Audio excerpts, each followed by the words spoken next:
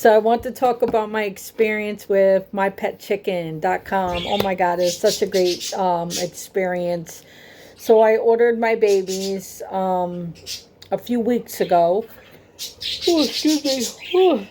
Oh, sorry. And then they have a certain hatching day um, that that's on the calendar when you're looking at the different birds and everything of when they send them out, because they send them out, I think, the day after or the day of when they hatch out, so that way they can live off their yolk sac and be okay for shipment. My babies came from the East Coast all the way to Oregon, so that was really awesome. I was really nervous about it. The whole process took 3 days. When I received my babies, which I will show you in the link below, not the link below, I'm tired. I will add pictures so you guys can see at the end of the video. They came so healthy and beautiful. Oh my gosh, I am so happy. I was going to do unboxing, but I really want to get them in the brooder box as soon as possible. Oh, I was doing a lot of running around. So when I picked them up this morning, let's talk about the process really quickly, because this is what I was concerned about. The post office. When they got to my local post office, I was up at 5 in the morning waiting for a phone call. Nobody called me. And I found out why. It said wrong phone number on the box, which is weird because they had the right phone number. But anyway, that's not a big deal. I went to the post office at 6:30. They don't open until 9. But I went there to see if I could see anybody, because I know they're in the building sorting out mail and that kind of stuff. So I knocked on the window, because you can go in the post office and they have all the little mailboxes there, the P.O. boxes or whatever. So I knocked on the door. Somebody opened it and I was like, oh yeah, I'm here to pick up live birds. So they sent me in the back of the post office and they gave me my babies. So it's really simple. When I got them home, which I'm going to show you pictures of, they were in this nice little box, protected box. My birds were on a plane. So they came all the way to Oregon from the East Coast really fast, really safe. And when I got to them, everybody was doing really, really good. One of the babies had poopy butt. I got baby Silkies. I'm really excited to see how they're going to grow. They're so adorable. Like I said, I'm going to show you guys, some pictures. I'm really tired. It's been a day, you guys. I've just been on the go. I'm going to show you some pictures after this video. I just want to tell you my experience with them. It was a really great experience. When you go on the website, it's really fun because they have different hatching days that the babies are going to hatch out. And then that's when the shipment time will be around. So you can pick out a date that's going to work with your calendar or your schedule that you'll be home. And that's what I did. I'm making a quick video. I'm almost done. Yeah, but that's what I did on mychicken.com, mypetchicken.com. You go on the website, you look at the different breed you want, you pick out the date that works best with you, because you're going to want to be home to make sure you get these babies. And they let you know. So with me, they said that they're shipping them out on the 1st. Today's the 3rd. So I made sure my butt was home. I wasn't playing games, because you really want to get them home in the brooder box as soon as possible. Okay, guys, take care and God bless.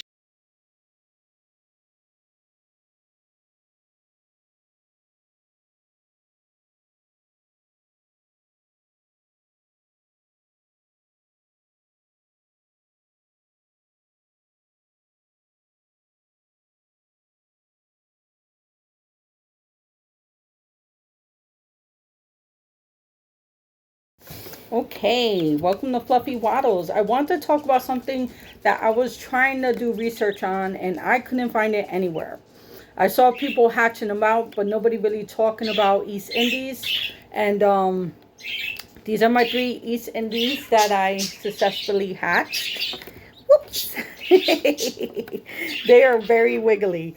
So I wanted to talk about, they are very similar to call ducks. So the research that I was doing was to leave East Indies alone when they're hatching out. I'm only going to tell you my experience. All the research I was doing was leave them alone, because they, even though they're small like bantam birds, the call ducks, that they have their shape different, so they don't have those flat faces, the short necks, the short beaks, that kind of thing. I gotta keep an eye on them, so that they should be able to hatch out by themselves. So I listened to that. I had 6 eggs, and as you can see, I only have 3. I noticed 2 pipped. They were rocking and rolling. They were having a really hard time hatching out, and if I did not step in and help these little guys, they would not have made it. So I did treat these little guys just like call ducks, and that's why these little boogers are here with me today. So I know each hatch, just like every pregnancy, is different when you're hatching out babies, but with these birds, because their eggs are so small and they are so small, I would definitely keep a close eye on them. And if you see them shadowing inside of the air cell, my opinion, and I'm not a professional, I'm only telling you from my opinion, I would step in. I would just make a safety air hole if you see them shadowing, and then on the 4-hour mark, I would step in every 4 hours and chip slowly at the air cell until you see them.